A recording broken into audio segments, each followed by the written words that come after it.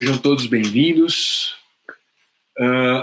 Essa live é para a gente debater cuidados acadêmicos que a gente tem que ter durante o isolamento, né? Então, acho que todos sabem que o país está passando por uma situação atípica e no qual a educação está tendo que se adaptar. Então, agora as escolas estão tomando medidas para que as crianças consigam ter a mesma qualidade de ensino que elas tinham presencial, mas agora à distância, tá? Então, eu sou Henrique Ângelo, né, aqui está o Saulo Velasco, e então a gente pensou em começar aí discutindo dificuldades acadêmicas que as pessoas podem encontrar durante o isolamento. Saulo, comenta um pouquinho sobre isso, por favor.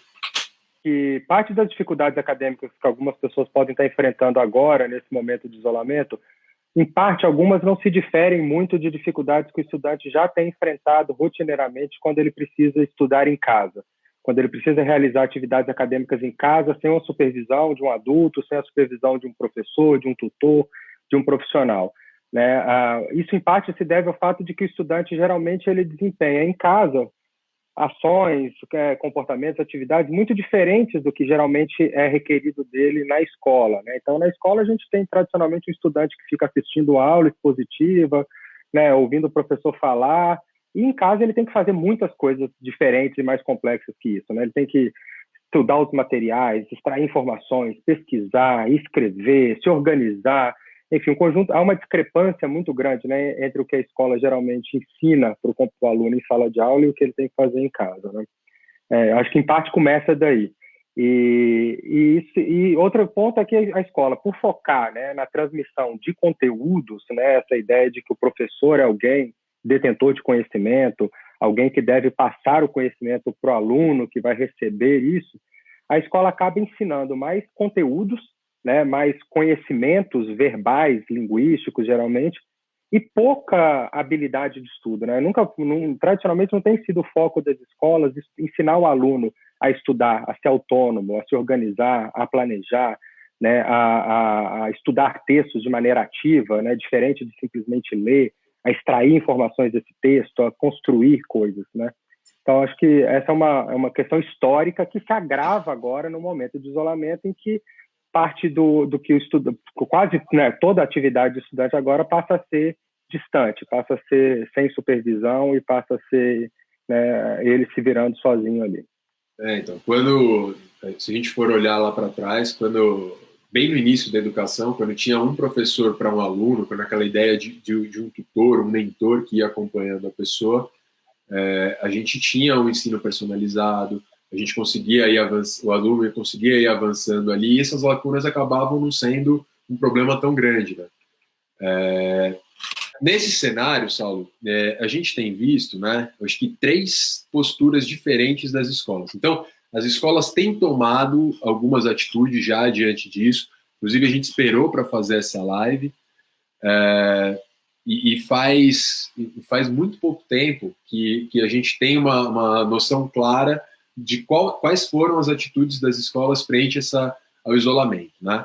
Então, a gente tem visto que as escolas têm passado atividades para as crianças entregarem aí em um período específico, tem aulas presenciais digitais, então aplicativos como o Zoom, aplicativos como o Microsoft Teams, ou o Google Meet, né, o Hangouts, têm sido usados, ou elas têm disponibilizado aulas gravadas para que as pessoas acabem estudando, né? E eu acho que essas 3 estratégias, como a gente estava falando, elas exigem um grau de autogoverno, um grau de autocontrole, porque a pessoa agora ela vai ter que se organizar, ou ela vai ter que pedir para a família ajudá-la a se organizar, né? Então, a gente não consegue ter uma supervisão como existia na escola, que todo mundo ia para o mesmo lugar e você tinha que ir, você tinha que correr atrás para acompanhar. Você tem até os checkpoints ali, que são as entregas, mas a gente tem um ponto aí que trava, né? Que a gente vai chegar vai chegar uma hora que a pessoa vai acabar tendo algumas dificuldades, e elas podem estar relacionadas aí, acho que a procrastinação, a quantidade de coisas para se organizar e tal, né, Saulo? Acho que eu acho que algumas posturas, acho que tanto algumas famílias quanto algumas escolas, elas têm adotado uma perspectiva de que a autonomia é alguma coisa natural, né, do indivíduo, né, que as pessoas precisam tomar uma decisão e serem proativas e se organizarem e se autogerenciarem. E algumas escolas têm pensado que oferecer oportunidades para que o aluno seja autônomo é suficiente para produzir autonomia. Então, né, escolas que deixam para o aluno tomar decisões, para o aluno estabelecer prioridades, simplesmente oferecendo essas condições para ele, como se isso, dar oportunidade, seria suficiente para ele desenvolver essas habilidades. E o que a gente sabe é que não. Então, o ponto que eu estava trazendo é isso, que oferecer oportunidades né, para que o aluno atue, se autogerencie e atue autonomamente, não é ensinar autonomia. Quando o estudante ele não tem as habilidades desenvolvidas, quando isso não foi, de fato, um objetivo de ensino da escola, ou dos pais, ou de alguém, as condições em que você coloca o estudante para que ele desempenhe autonomamente, geralmente tem gerado desamparo, que é o oposto da autonomia. O estudante chega numa situação em que ele não tem recursos, ele não tem ferramentas, ele não sabe o que fazer, ele se sente sozinho, desamparado e não consegue realizar nada, né? Então, ou se torna um momento ali que a pessoa que já estava desmotivada, ela acaba se desmotivando ainda mais, acaba sendo muito difícil. Perfeito. Né? Acho que a gente agora pode começar a falar como resolver. Então, só resumindo aqui para quem está chegando agora, para quem não acompanhou, a gente perdeu um tempo, a gente está falando que essas posturas da escola de passar atividades para entrega, de mandar aulas presenciais, aulas gravadas para as pessoas assistirem, ou mesmo de fazer as aulas presenciais digitais, né, usando aplicativos de reunião, elas geram uma dificuldade importante, porque a escola não tem ensinado, em geral, as pessoas a se organizar, a se planejar e tal. Então, isso acaba gerando um problema de engajamento da pessoa e muitas vezes um problema, inclusive, de a pessoa se sentir desamparada e tal. E isso, né, a gente tem algumas estratégias, algumas dicas para a gente dar para tentar resolver um pouco esse problema, né? Que aqui, acho que a primeira delas, ela se refere, né, a como a gente vai lidar com a organização do ambiente e dos materiais.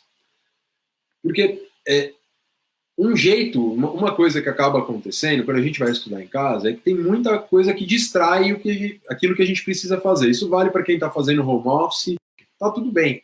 A gente consegue até driblar um pouquinho a procrastinação e fazer. Agora, todos os dias, né, se a gente ficar todos os dias ali, a gente tem um problema grave. Então, isso é uma coisa que as pessoas geralmente negligenciam, viu? Mas, se possível, tentem separar esse ambiente só para isso, né?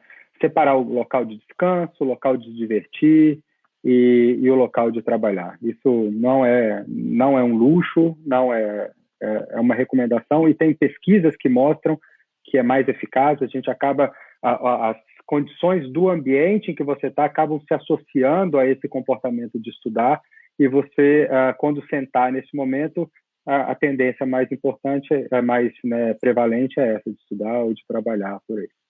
E acho que uma outra questão interessante que a gente tem que pensar, acho que agora para quem está fazendo home office, para quem está se preparando para provas, né, concurseiros, é um pessoal que está ali trabalhando bastante, estudando bastante nesse período, os estudantes que estão agora de recesso, que estão precisando se organizar, a gente começar a montar planos de estudo ou planos de trabalho, né? A preparação, né, do ambiente de estudo, a preparação do ambiente de trabalho é a primeira etapa aí dessa organização em casa.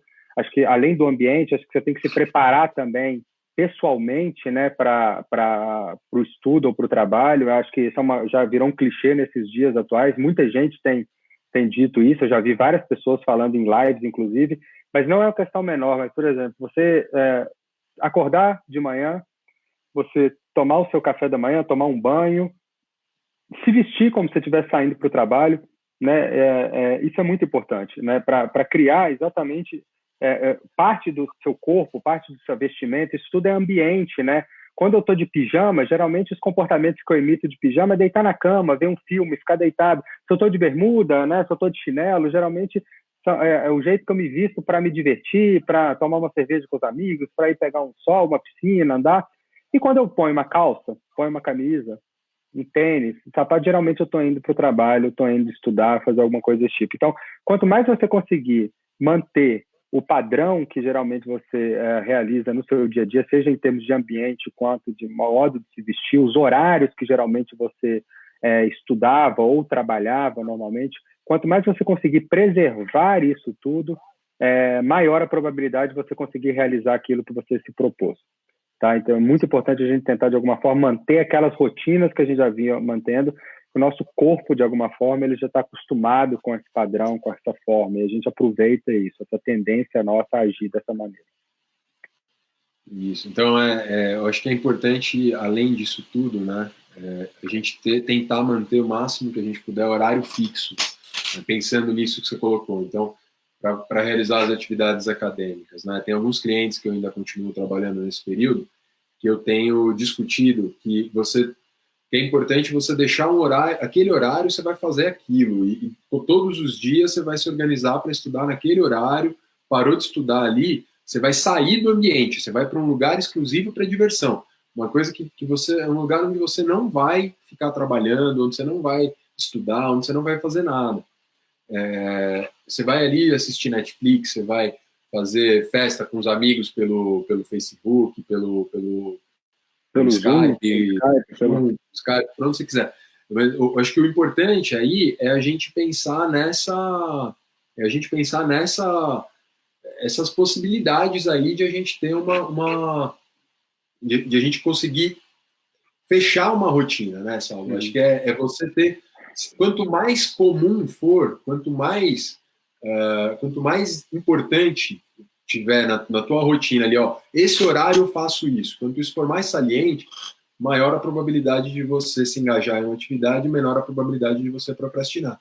Porque quando a gente olha para uma cama, você olha assim, nossa, que vontade de eu deitar. Então, é por isso que é mais difícil trabalhar em casa. Né? Você tem as tentações ali. E tentação que é muito justo, né? É normal a gente querer descansar quando a gente está em casa. E uma coisa que é interessante, Henrique, falar, assim, que a nossa cultura, né, ela tem privilegiado ou valorizado muito um tipo de autocontrole que é aquela pessoa que consegue, diante de situações que te tentem para ir para outro caminho, que essas pessoas que resistem, né? Então, eu vou estudar na frente do meu videogame, mas eu não vou jogar. Ou eu vou estudar na cama, mas eu não vou dormir. Né? E as pessoas valorizam muito as pessoas que conseguem, né? Que têm esse autocontrole a ponto de, diante de uma situação em que tem outras coisas competindo, você consegue focar, manter o seu foco, sua determinação, né? E fazer o que você está querendo realizar. E eu acho que essa é uma forma de autocontrole rara, para começar, e acho que se a gente tiver essa forma de autocontrole como um parâmetro, a gente se frustra muito e a gente acaba sendo pouco generoso com nós mesmos. Então, a gente fica mal com a gente se culpa por não estar conseguindo fazer, a gente se chama de fraco, a gente fala que não está aguentando.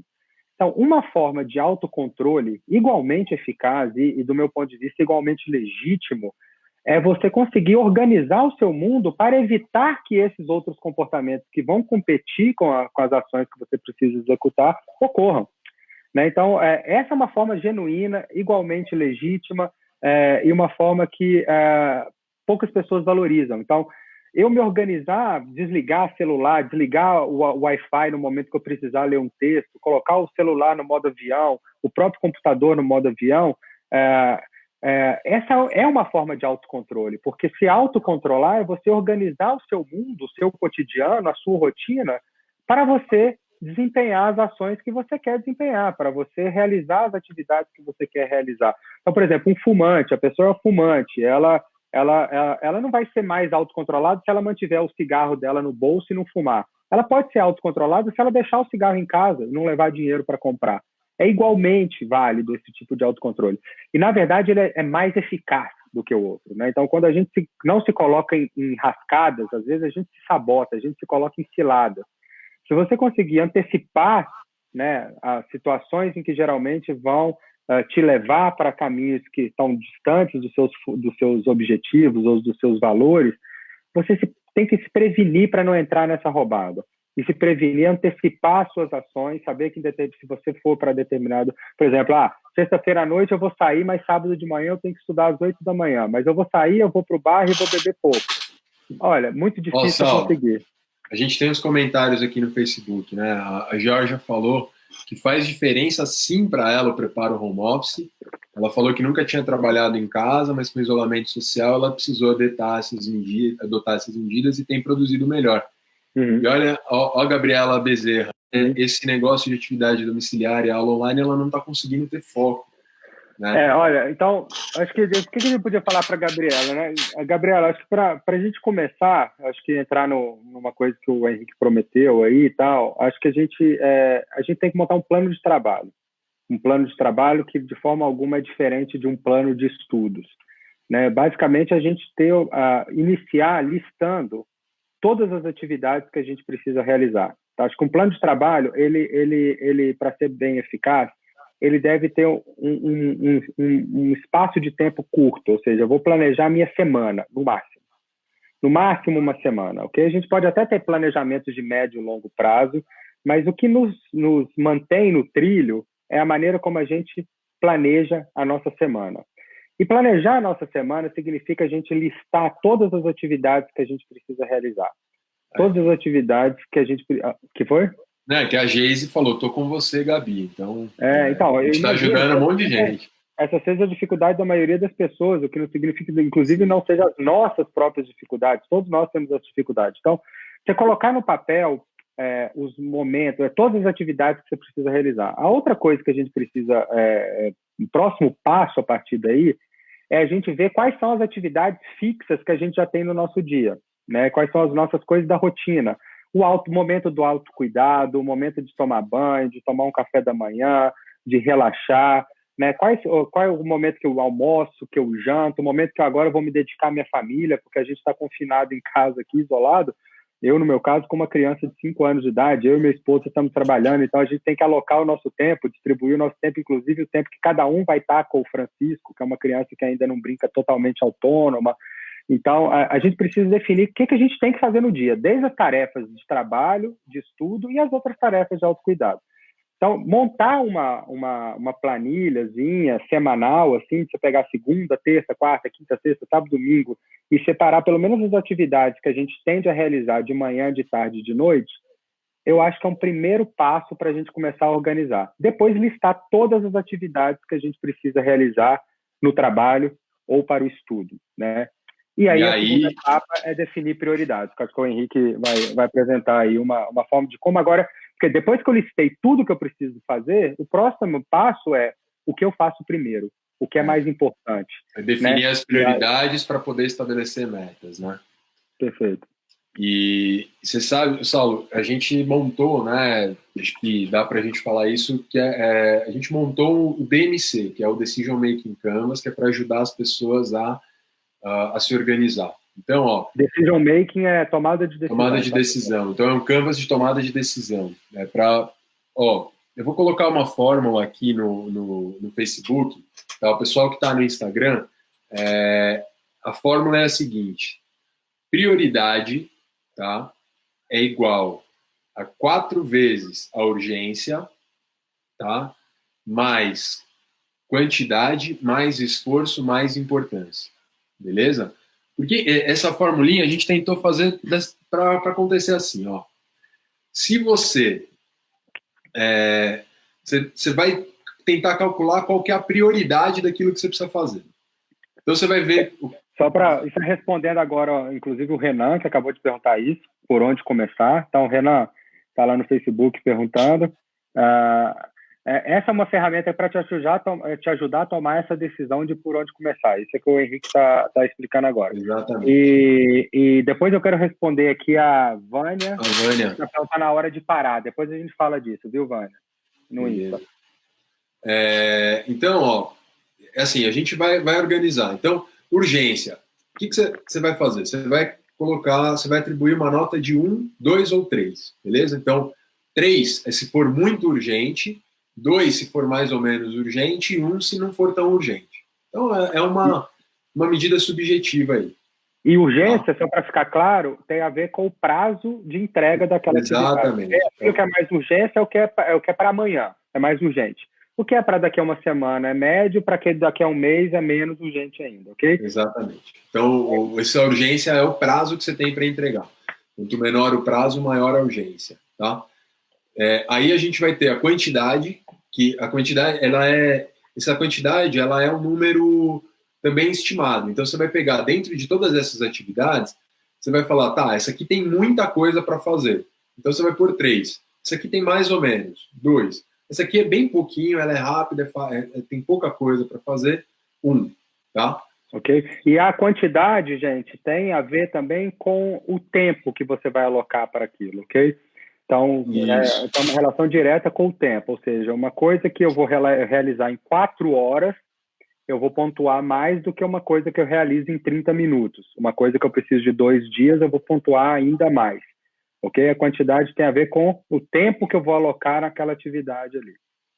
E aí, o esforço, né, tem a ver com o esforço que você vai despender para aquela atividade. Então, se for uma atividade, a dificuldade que você tem, ou mesmo se envolver esforço físico, talvez, né, que seja a gente pode colocar o esforço como a dificuldade que eu tenho, o quanto vai ser pesado para mim realizar aquela atividade. Então, pensa um pouco nisso.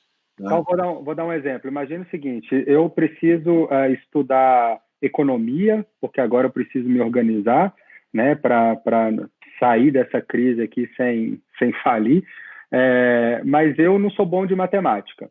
E eu até tenho pouca coisa para estudar, pelo que eu separei. A quantidade é pequena.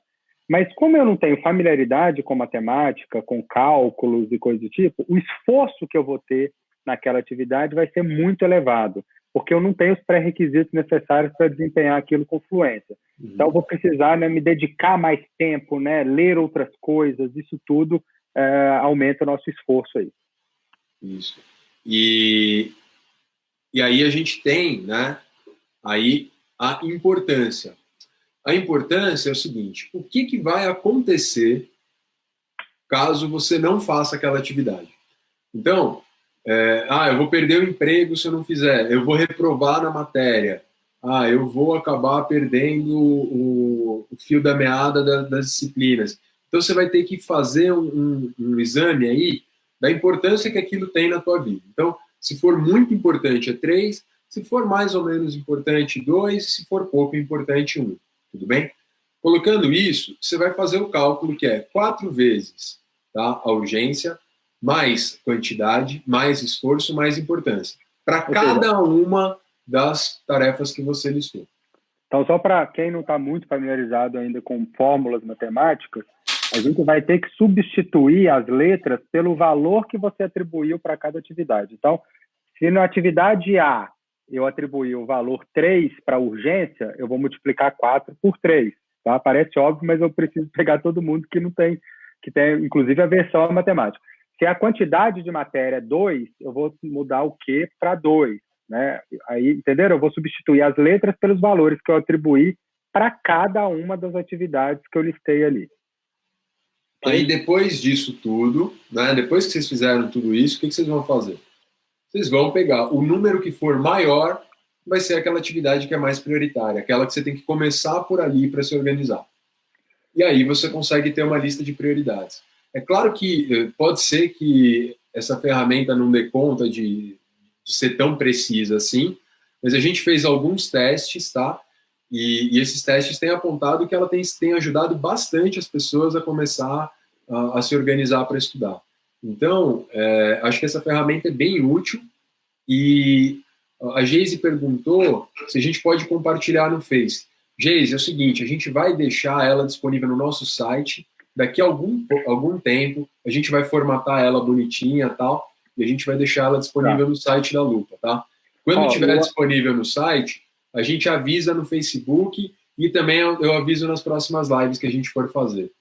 Beleza? Legal. A Luana falou que não pegou o início, e Luana, é isso. O P é a prioridade. O P é a prioridade. Você vai multiplicar o P por 4 vezes a urgência. Não, mais o P é igual a 4 vezes a urgência. O P vai ser igual a 4 vezes a urgência, mais uma vez o valor que você atribuiu para a quantidade, o valor que você atribuiu para esforço e o valor que você atribuiu para a importância. Tá bom? Depois a gente manda isso, uma legenda mais clara para isso. Isso vai te ajudar. Você vai ter para cada atividade, você vai ter um P diferente. Aquela que somar o maior valor de P é uma que você provavelmente vai ser a sua prioridade ali. A maioria das vezes isso bate, inclusive, com a nossa intuição. Né? Quando a gente fala, realmente era isso que eu tinha priorizado ali. Eu acho que um próximo ponto, né, que é importante a gente falar, e tem a ver com perguntas que foram feitas, né, uma pergunta, por exemplo, da Vânia, é o seguinte: quando parar, né? A Vânia perguntou, e quando eu paro? Acho que esse é um dos problemas que quem trabalha em casa, geralmente, quem está fazendo home office agora, está vivenciando. Pessoas que estão se preparando para concursos públicos, né? Vestibular, essas pessoas, geralmente, elas descrevem para a gente que tem uma dificuldade muito grande de saber o momento de parar. Então, um concurseiro, por exemplo, quando eu pergunto qual o momento que você se dá o descanso do dia, que momento que você para? Ele fala, eu paro na hora que eu sou vencido pelo cansaço. Eu vou estudando, na hora que eu não estou aguentando mais, que eu começo a pescar de sono, eu paro de estudar. Isso é a pior coisa que a gente pode fazer conosco. Né? A gente precisa estabelecer limites. E como que a gente estabelece limites? A gente estabelece limites definindo metas de trabalho ou metas de estudo. Né? Ou seja, cada dia de estudo ou cada dia de trabalho, ele deveria ter um objetivo claro a ser atingido. Uma descrição de uma tarefa, especialmente de um resultado que eu tenho que produzir com aquela tarefa. E aí, ou seja, precisa ser tangível. Eu preciso ter clareza do momento em que eu concluo o que eu me propus a fazer naquele dia. Quanto mais claro for, né, essa conclusão, melhor. Porque aí eu consigo me dar o luxo de agora chegou o meu momento de descanso, de eu chegar ao fim do dia com a sensação de cumprir o meu dever. Era isso que eu tinha planejado para hoje. Né? E você conseguir, inclusive, se divertir, relaxar sem culpa, né? Sem achar que você está perdendo tempo, sem achar que você deveria estar fazendo outra coisa. Quem trabalha, quem é concurseiro, tem sempre a sensação de que no momento que você passam não sei quanto na sua frente, que continuaram estudando. Mas se você tiver clareza dessas metas, desses objetivos, você vai conseguir se dar esse prazer de dever cumprido, agora é a hora do estudo. Né? E às vezes a gente tem que definir, como eu disse, de maneira tangível, ou seja, esse trabalho aqui hoje, o que eu tenho que fazer? Eu tenho que escrever uma página, se eu estiver escrevendo, por exemplo, um artigo, ou se eu estiver estudando para uma prova, eu preciso ler o capítulo tal e fazer um fichamento desse capítulo. E aí, na hora que eu concluir essa atividade, tal. Se eu estou estudando para concurso, fazendo questões de provas anteriores, vou fazer 10 questões hoje e vou encerrar. Enfim, cada um vai ter a sua meta e a meta é particular. Tem a ver com o seu padrão, o seu perfil, né, de desempenhar normalmente. Mas é fundamental você saber definir meta. Para cada atividade que você descreveu, do seu dia que você precisa realizar para fazer a priorização, você deveria decompor essa atividade por dias, se ela exigir mais de um dia. Se ela não exigir mais de um dia, naquele dia ali, você precisa estimar um tempo que você precisa realizar aquela atividade e, de alguma forma, definir qual é o desempenho final, né? Qual é esse resultado, esse objetivo que você precisa atingir para você concluir que naquele dia você cumpriu a sua meta. Se você tiver uma tarefa que requer mais de um dia, você precisa subdividir essa tarefa em submetas. E cada dia você cumprir uma submeta. E você precisa se dar o momento de parar, que é isso que a Vânia perguntou. Cumpri a minha meta? Acabou. Esse é o momento de parar. Vou voltar amanhã. Amanhã eu continuo, se for uma nova submeta e tal. Quer completar com alguma coisa, Henrique? Eu acho que talvez seja uma coisa, um empecilho aí para a gente parar, né? Seja a quantidade de coisa que é para fazer. Então, acho que primeiro você conseguir fazer metas mais curtas e fazer algumas pausas ali durante o percurso, se você tem muita coisa para fazer, isso é meio contraintuitivo, né? Porque a gente tende a falar assim, não, eu tenho muita coisa para fazer, eu vou ficar o tempo que eu puder aqui. Não, na verdade a gente tem que organizar pequenas pausas nesse meio para que a gente consiga se manter mais tempo, consiga manter o foco por mais tempo. E eu acho que é aí que muitas vezes a gente se pega. Porque é óbvio que você vai demorar talvez um pouco mais para fazer, mas você vai estar menos cansado no final e tal. Então, tem um cliente meu, ele recebeu uma quantidade tão grande de tarefa para ele fazer do colégio dele, que ele estava desesperado essa semana. Né? Ele me mandou mensagem e falou: Henrique, a gente pode fazer uma sessão a mais? Porque eu preciso me organizar, cara. Tá difícil e tal, estou estudando das 8 da manhã até as 10 da noite e não estou dando conta. E aí eu estou tendo que ficar no sábado e no domingo ainda fazendo as atividades da escola. Porque tem muita escola que está fazendo isso, né? Está mandando muita atividade. E aí o que eu discuti com ele é o seguinte: falei, cara, você já está fazendo isso, né? Você está conseguindo fazer alguma coisa? Né? Aí ele falou, cara, não estou. Tá meio difícil. E eu falei, então, ele não estava assistindo série que ele gosta, não estava conversando direito com os amigos, nem com a namorada dele, então ele estava estava se sentindo mal. Eu falei para ele, cara, vamos fazer o seguinte, vamos tentar estabelecer algumas pausas no meio disso tudo, para que você converse com seus amigos, para você conversar com a sua namorada, né, para você fazer algumas coisas assim. E aí você coloca um tempo de pausa. Então a gente construiu um cronograma ali com ele, que ele teria 5 minutos de pausa e com metas que elas eram tangíveis, mas elas eram minimamente desafiadoras, né? Que ele conseguia fazer, mas ele precisava de um esforço. Não é um esforço sobre-humano, mas ele conseguia fazer. E ele sempre interrompia quando ele estava ainda no auge, empolgado. E aí ele me mandou mensagem, eu tive a sessão com ele anteontem, ele me mandou mensagem ontem que ele conseguiu terminar às 8 ao invés das 10 da noite. Ele economizou 2 horas aí, só aumentando essa produtividade. Ele disse que ele passava muito tempo enrolando, ai, que saco, tem que fazer isso, reclamando e tal. E aí ele conseguiu eliminar esse período que ele ficava reclamando e que ele ficava se sentindo cansado e que parece que a vista já embaçava, só fazendo essas pausas aí. Então aí vai uma dica para quem está com muita atividade e está com dificuldade para conseguir se manter focado. Tá legal. Henrique, eu queria fazer um adendo aqui, essa história de meta, que é o seguinte, né? Eu acho que como que a gente começa a estabelecer meta, né? Porque eu acho que esse é um ponto importante para as pessoas. Tá, e como que eu estabeleço a primeira meta?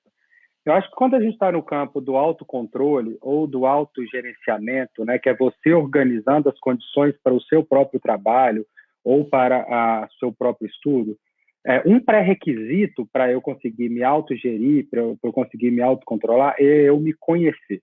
Então, o autoconhecimento, ele é fundamental para que eu consiga me planejar, né, planejar condições para a minha própria ação. O que significa isso, né? Ou seja, o que eu preciso me conhecer? Primeiro, eu preciso conhecer as coisas que me dispersam, eu saber descrever os momentos do dia que eu sou mais produtivo, os que eu sou menos produtivo, as situações que me tiram do foco, o que não me tira. Eu acho que esse é um autoconhecimento fundamental para as duas condições. O outro aspecto do autoconhecimento é eu conhecer o quanto eu rendo em cada uma das atividades, né? Eu conhecer as minhas fragilidades, as minhas dificuldades pessoais diante de cada uma das tarefas, e eu conhecer um pouco do meu desempenho. Então, por exemplo, imagina um concurseiro que, o que eu estou querendo dizer com isso é que para eu estabelecer metas, eu preciso estabelecer metas que sejam factíveis, ou seja, metas que estejam dentro daquilo que eu consigo cumprir. Não do que eu imagino que eu consigo cumprir, aquilo que eu geralmente faço. Então, as pessoas têm uma tendência a estabelecer metas ideais. Então, o cara que está lá prestando o concurso, ele fala, o meu ideal é que eu estude 60 questões por dia. Só que, na verdade, ele consegue estudar, em média, 6 questões. Mas todo mundo no cursinho fala para ele que tem que estudar 60 para passar, ou mesmo a gente no trabalho.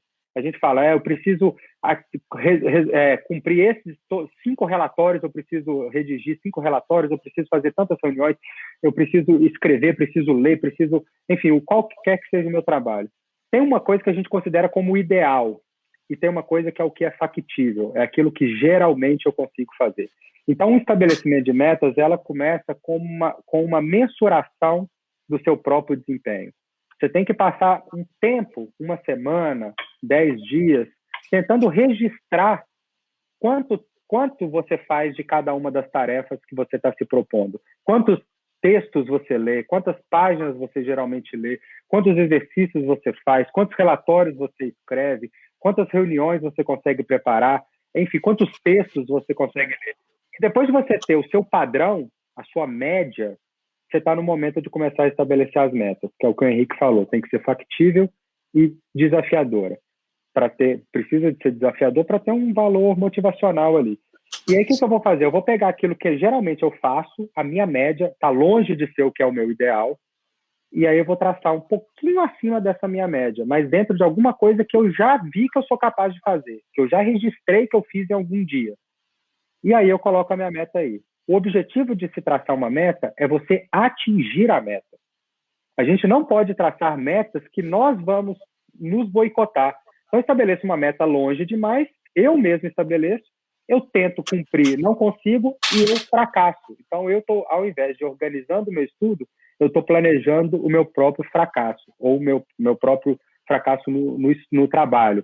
Então, você tem que pensar numa meta que seja atingível, alguma coisa que no momento que você consegue, você se sinta bem, você se sinta realizado, se sinta que é o dever cumprido. E outra coisa importante... O Renan comentou aqui, né? Estabelecer metas é uma forma do estudante entrar em contato com uma consequência direta e positiva do seu comportamento de estudar. Seria por aí? Exatamente, Renan. É isso aí. Exato, Renan. O que acontece é que, se a meta for longa demais, a gente não entra em contato. Isso, e aí a Nilce comentou, assim não gera frustração. Exatamente. Aí a pessoa ela não se sente frustrada. Perfeito. Ó, a Gabriela está aqui no Facebook, Saulo, perguntando se seria errado pegar uma matéria por dia e estudar no período em que ela estaria na faculdade. Eu acho que sim, manter o período em que você geralmente está estudando é legal, manter essa rotina. Por outro lado, não sei se uma matéria só por dia é interessante. Tem pesquisas que mostram que se a gente intercalar conteúdos, e inclusive conteúdos mais diferentes, a gente tende a aprender mais.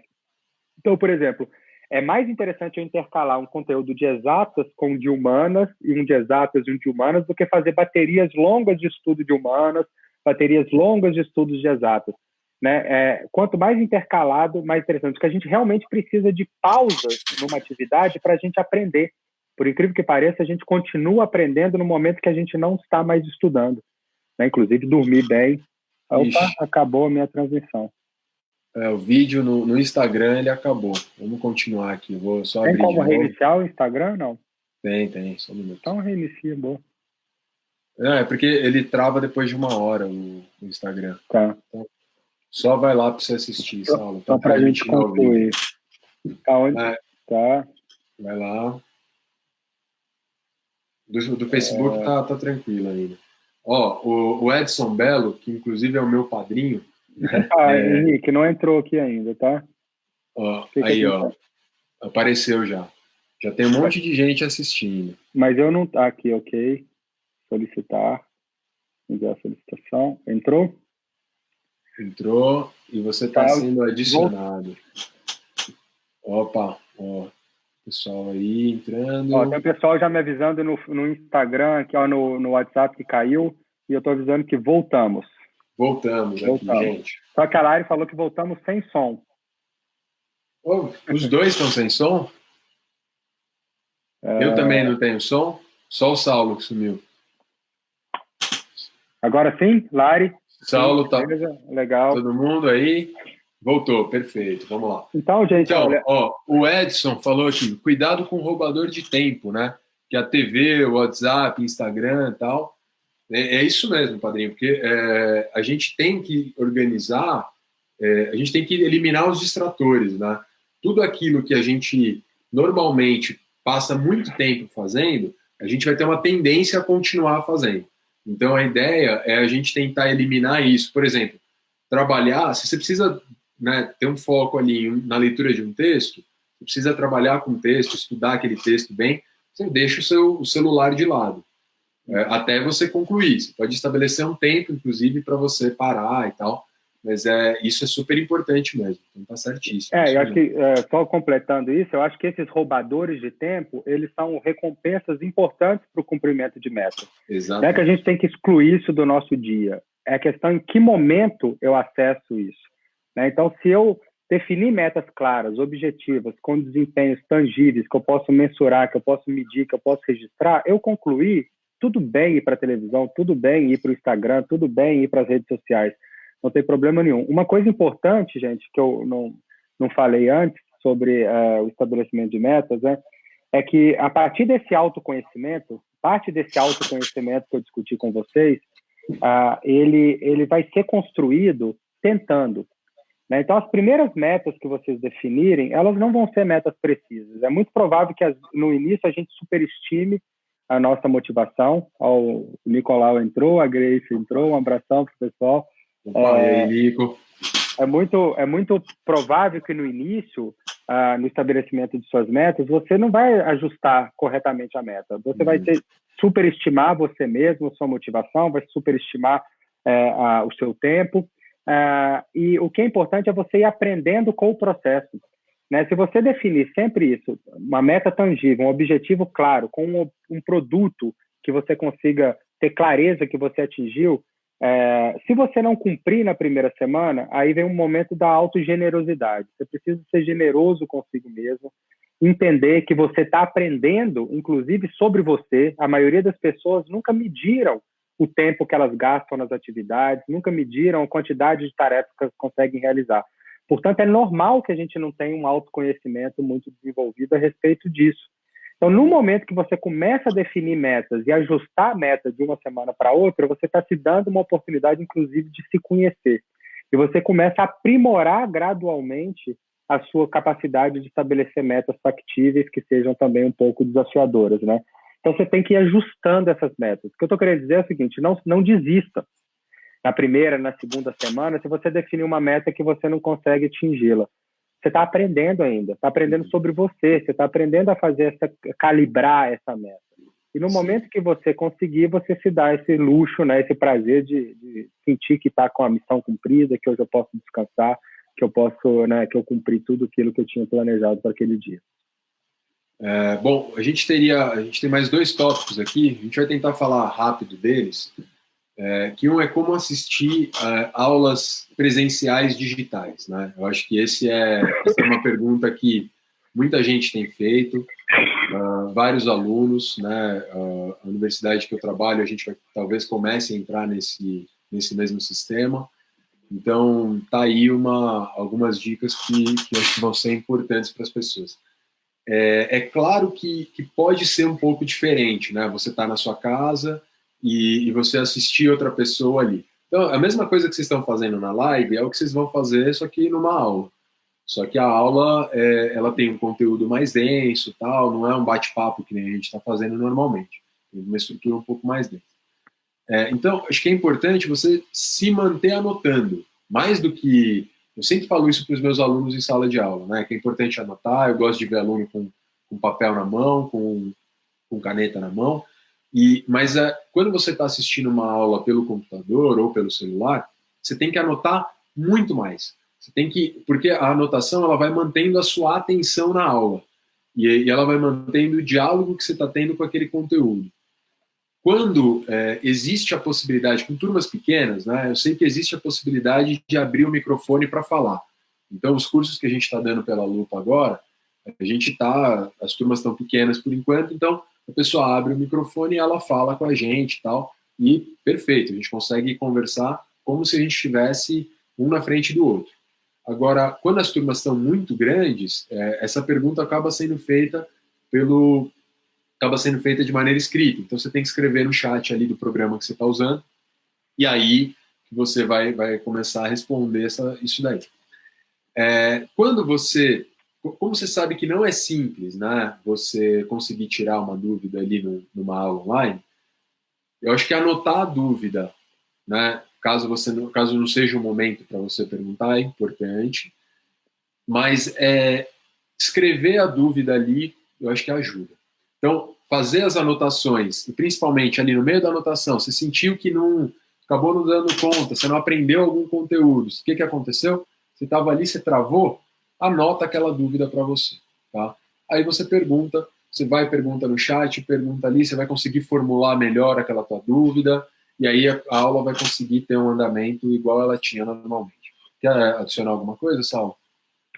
Não, acho que isso vale tanto para aulas, né, presenciais, online, né? Presencial não, né? Aulas online ao vivo, que é isso que a gente está fazendo agora, né? Que não é presencial, mas é online. Algumas escolas têm adotado, né, isso, né, tem professor lá dando aula para os alunos em casa, mas também para aulas gravadas, né? A aula gravada ela tem uma vantagem que você consegue pausar, voltar e reescrever.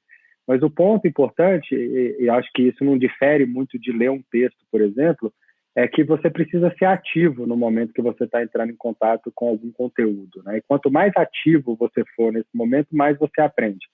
Nós temos, às vezes, uma ilusão de aprendizado quando a gente compreende o que o professor está falando ou o que o texto está dizendo. Então, eu leio um texto que está bem redigido, está claro, eu compreendo aquilo, está escrito na minha língua, né? Tem uma redação clara, uma redação objetiva, coesão no parágrafo, coerência. Então, eu consigo ler um texto e entender. Assim como eu consigo entender um professor falando, um professor explicando bem. Quanto mais didático ele é, mais eu compreendo. Agora, essa compreensão, ela dá para a gente uma ilusão de que eu aprendi aquilo. E compreender não é igual a aprender. Compreender significa que o mérito, nesse caso, é maior de quem está falando, de quem está escrevendo ou de quem está explicando. O aprendizado, né, como eu estou diferenciando isso? O fato de eu compreender alguma coisa não significa que eu vou ser capaz de reproduzir aquilo que eu ouvi com as minhas próprias palavras no futuro. Não significa que eu vou poder aplicar aquilo que eu estou ouvindo para resolver um problema prático. Não significa que eu vou conseguir interpretar um fenômeno da realidade a partir daquilo que eu ouvi. Só significa que eu compreendi. Então, no momento que eu estou entrando em contato com o conteúdo, seja expositivo oralmente, ou seja um texto expositivo, eu preciso ser ativo, eu preciso dialogar com esse material, eu preciso escrever o que eu estou pensando, eu preciso sintetizar, resumir, escrever palavras-chave, grifar, anotar. Né? Neste momento que eu estou fazendo isso, que eu estou sendo ativo, eu estou dialogando, eu passo a ser, de fato, autor também do texto que eu estou lendo ou da aula que eu estou escutando. Isso, do meu ponto de vista, é o que a gente chama de você ser o produtor do seu próprio conhecimento. Né? Às vezes a gente fala isso muito, o aluno ser o autor do seu próprio conhecimento. Ser autor do seu próprio conhecimento é você operar sobre o material que você está estudando, é você agir sobre ele, você se colocar ali. Ou seja numa aula online ou numa aula presencial, ou seja, lendo um texto, a gente precisa ser ativo, escrever, deixar marcas, riscar, né, de estabelecer esse diálogo ali. A Ju Neves aqui, ela perguntou, professor, você acha que isso se aplica também para cursos como psicologia, que exigem uma relação mais próxima, né? Cortou um pedacinho ali no Instagram. Então, eu acho, Ju, que a gente, na psicologia, a gente de fato tem uma perda aí, né? Eu acho que isso pode ser ruim, mas na verdade o conteúdo que a gente está ali, que a gente está passando, e é igual. Então, a gente consegue passar um conteúdo, se a aula for ao vivo, eu acho que você tem a mesma riqueza de uma aula presencial, tá? Inclusive, olha só que legal, eu estava conversando hoje à tarde com o Saulo, que a gente usa para dar aula o Zoom, que é um aplicativo bem bacana, tal, e aí a gente descobriu vários recursos que podem, inclusive, tornar melhor workshops que a gente precisa fazer. Então, você consegue, por exemplo, organizar... Então, mesmo... a hipnotista aqui falando, né? Mesmo as aulas práticas, eu acho que é super possível a gente organizar. Por quê? Ali no Zoom, o que a gente tem? A gente consegue colocar uma sala com 2, 3 pessoas para debater um tema, uma sala à parte, e coloca um tempo e um timer específico ali, e acabou aquele tempo, a gente volta para a discussão em grupo. Então, você tem algumas ferramentas, você consegue jogar uma enquete para as pessoas no meio da tua aula. Então, hoje, existem recursos, né, que estão fazendo com que a gente consiga dar aula à distância de uma maneira muito próxima à maneira que a gente tem no dia a dia. E até, inclusive, com recursos melhores do que o que a gente consegue. Né? Acho que só quem é professor sabe a dificuldade que é você propor uma atividade em grupo e todo mundo terminar a atividade naquele período, você conseguir cronometrar aquela atividade, você conseguir fazer com que todos os alunos tenham acesso a uma enquete simultaneamente. Né? Então, eu acho que, inclusive, a gente pode ter ferramentas que podem ser melhores. Tá? Então, é uma questão realmente da gente se adaptar a essa nova realidade. Tá bom, Ju? Uma coisa que eu... Faz sentido. que eu queria, pegando um pouco, concluindo um pouco do que o Henrique falou, agora a gente está saindo um pouco do comportamento de estudar ou de aprender para o comportamento de ensinar, né, que também é um campo da nossa atuação. A gente está discutindo agora as habilidades do professor e não mais as habilidades do aluno, né? E eu acho que uma coisa que é bastante interessante disso tudo é que seja uma aula presencial, seja uma aula à distância, online, educação à distância, gravada, o que é mais importante é que o professor tenha clareza dos objetivos de aprendizagem que ele precisa atingir, no sentido de o que é que o aluno dele precisa sair dessa aula sabendo, fazer, ok? Então, se o professor tem a clareza dos objetivos de aprendizagem de uma aula, se ele especifica qual é a ação, qual é a capacitação, qual é a habilidade que o aluno tem que sair dessa aula desempenhando, ele pode fazer isso online, ele pode fazer isso presencial, ele pode fazer isso gravado, né? E essa clareza, ela é o principal fator. Muitos professores não têm essa clareza. O professor acaba definindo objetivos de aula a partir do que ele vai falar na aula. O objetivo da minha aula é eu apresentar o conceito tal, eu demonstrar a resolução tal. A gente deveria definir o objetivo de aprendizagem em termos do que o meu aluno deve ser capaz de fazer o quê? Ele deve ser capaz de aprender a calcular, ele deve ser capaz de aprender a falar alguma coisa, ele deve ser... Acho que o meu Insta travou aqui, Henrique. Não, pelo menos... Não? A minha imagem, para mim, travou. Só o vídeo. Tá. Enfim...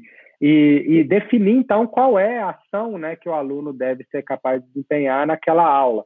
E aí eu vou preparar as minhas atividades didáticas intercalando a exposição oral, que ainda é um modelo, né, o que eu vou falar, o que eu vou apresentar em termos de material instrucional, texto, explicação oral, e qual é a parte do aluno, o que o aluno vai fazer na minha aula. E aí eu vou preparar atividades específicas para que ele execute as habilidades que eu defini como sendo os objetivos daquela aula, ok? E isso, a gente tem tido experiências de aula online e a gente tem visto que se os objetivos de aprendizagem estão claramente definidos, essa barreira... Sem som. O Saulo está sem som. Não, gente, eu vou resumir um pouco o que o Saulo está falando, até porque a gente já passou um pouquinho do período aí que a gente tinha estabelecido, né? Eu vou sair e entrar de novo para eu poder dar um tchau pro pessoal. Como que me tira aí para eu entrar de novo? Eu vou tirar. Entra de novo então, Saulo. A gente hoje está com vários problemas técnicos aí. Nossa, eu tô vendo um vídeo meio antigo. Deixa eu ver aqui. Alguém está solicitando participar. Aqui, pronto. Você vai entrar já, Saulo.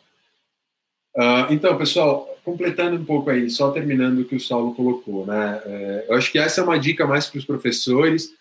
Mais para frente a gente vai fazer uma live falando o que é um bom professor, como que o professor ensina, mas hoje o foco da aula é um pouco mais na parte de estudo e tal. Então, eu acho que a gente pensar em uma boa aula, o bom professor ele vai conseguir usar bem essas ferramentas, tá? Mas é claro que o aluno ele vai conseguir aprender nesses dois formatos. Então, você ter uma aula online coloca uma importância maior nas estratégias que o aluno vai ter que usar para ele aprender. Porque a gente tem duas coisas diferentes. Uma coisa é a estratégia de ensino e a outra coisa é a estratégia de aprendizagem. Tá? A estratégia de ensino é a estratégia que o professor vai usar para que o aluno aprenda. Mas existe uma outra parte também, né, que é a estratégia de aprendizagem. O que o aluno vai fazer para que ele consiga aprender de uma maneira mais efetiva? Então, quando a gente está assistindo uma aula online, o professor ele pode usar todos os recursos ou ele pode acabar não conseguindo usar muito bem todos os recursos que ele teria para conseguir ensinar bem. Só que o aluno ali, a hora que ele for aprender, gente, ele vai ter um monte de estratégias que ele tem na mão e ele pode usar. Se o professor não estiver conseguindo usar os recursos da maneira que ele deveria, aí essas estratégias vão ser mais importantes ainda do que o professor que está conseguindo ensinar de uma maneira boa, né? Porque o professor vai te levando para onde ele gostaria que você fosse. Agora, o professor que não consegue fazer isso, aí você precisa usar todas essas dicas que a gente deu, que é anotar enquanto você está fazendo aula, você você tirar dúvidas, você organizar o teu espaço, estabelecer meta para realizar as atividades, fazer as atividades que você tem que fazer, porque você vai aprender muito mais ali. A gente tem que parar com essa noção de que a gente só aprende quando a gente está assistindo uma aula, né? Porque isso gera muito pouca aprendizagem. Qualquer coisa que você faça em relação ao conteúdo, seja ler, grifar, conversar com uma pessoa sobre, tudo isso vai fazendo com que a gente tenha mais fluência com aquilo, com que a gente vá aprendendo mais, e aí a gente consegue transformar aquele conteúdo em um conhecimento seu. Você se apropriou e você vai conseguir usar em qualquer contexto. Então, acho que é super importante a gente fazer isso. Pessoal, muito obrigado. Pessoal do Instagram, pessoal do Facebook. Saulo, dá um tchau pro pessoal do Facebook. Tchau, pessoal gente. Do Instagram. Um abraço a todos aí. Foi muito bom ver todo mundo aqui. Até a próxima. Valeu. Tchau, tchau.